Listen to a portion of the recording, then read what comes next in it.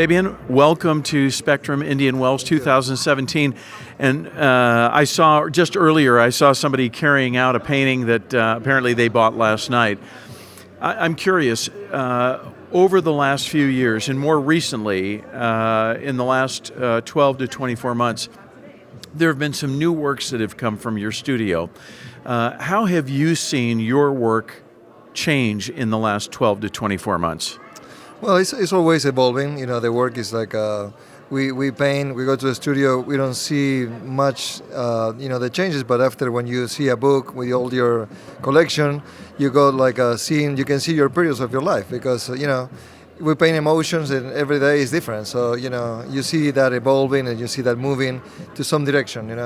And it's nice to see that, because as an artist, you don't want to be stuck in anything. As a person, you don't want to be stuck.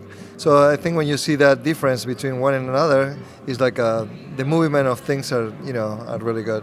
And I see my work going to a different direction. Kind of, I paint in things that I never thought about it. Like now I have guys like in the balconies. I have new geishas. I have different flamenco dancers, and it's all fun. I add in the same thing. Collection that I done before, I add in more different point of views of the same things, and also I add in different subject matters too. Each piece seems to have a story wrapped up. How important is the story to the painting? Well, the story is really important. Like a writer, they had a book to to explain the whole story, but for us painters, we only have a view, a point of view, and that's it. So it's really important that you create a mood that the story doesn't finish in that scene. So it's a beginning and it's going to be an end, or if it's a continuation. But what you paint is just something that they need to go after and before. So we need to be really careful to paint something like that point of view that you choose for that subject matter. It has to be really strong, because it's the only tool you have. So we're taking this new collection and your work from West Coast to East Coast, but I think a lot of people have not seen your sculpture before. When did sculpture become an important part of the collection that you present? Well, the thing is, like I was sculpting for fun. Yep. I was sculpting like just to keep it in the studio, just to get away from the studio, to get away from the paintings. But in the end, it's like the same thing. And somebody came to the studio and said, you know what, you should publish this, because I think they're going to sell really well. And I said, well, it's fun to do it, let's try.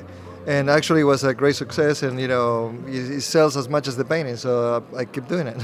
And you change patinas. A lot of sculptors stay within the same patina range, but you have a very different patina range. You work in a number of different colors for patina. Well, I think it's really important that, it doesn't mean that your work is going to work only one patina. I really, open to try different things, and I think that the patinas, they give a different texture. Like sometimes, some of them they work like they look like a marble. Some of them they look like bronze. Sometimes they look like a really old. So I'm really open to work. Meanwhile, the subject matter matches with the patina. I'm really open to do changes. That's great.